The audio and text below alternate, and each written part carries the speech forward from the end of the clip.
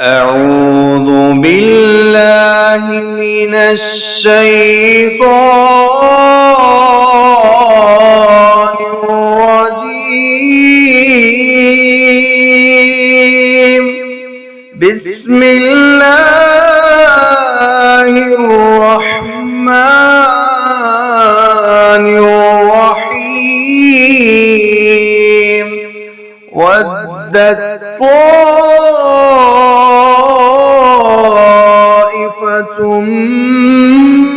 من أهل الكتاب لو يضلونكم وما يضلون إلا أنفسهم وما يشعرون.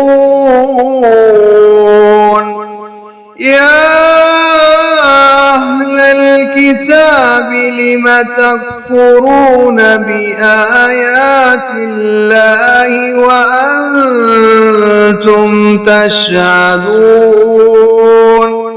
يا أهل الكتاب لم تلبسون الحق بالباطل وتكتمون الحق وأنتم تعلمون. وقالت طائفة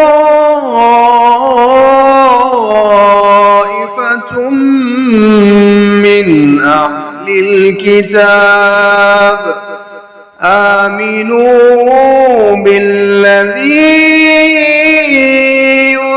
أنزل على الذين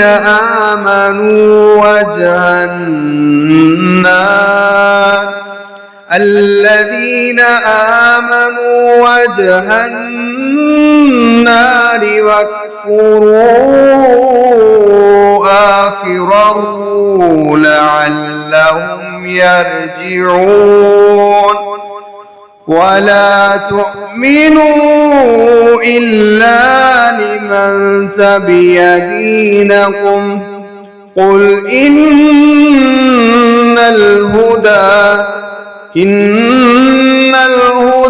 هدى الله أن يؤتى أحد مثل ما أوتيتم أو يحاجوكم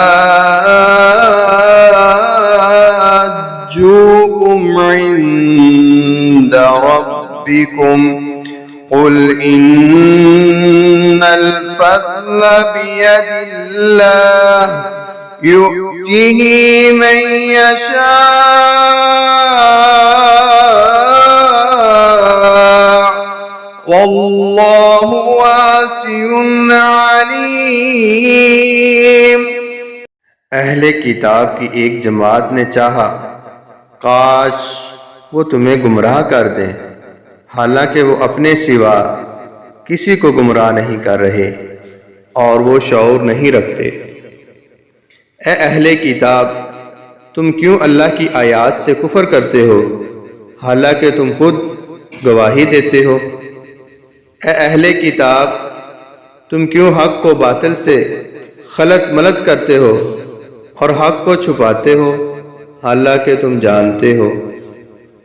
और ए अहले किताब में से एक गिरोह ने कहा, तुम दिन के शुरू में उस चीज़ पर ईमान लाओ जो उन लोगों पर नाजिल की गई है जो ईमान लाए हैं, और उसके आखिर में इनकार कर दो ताकि वो वापस लौट आए।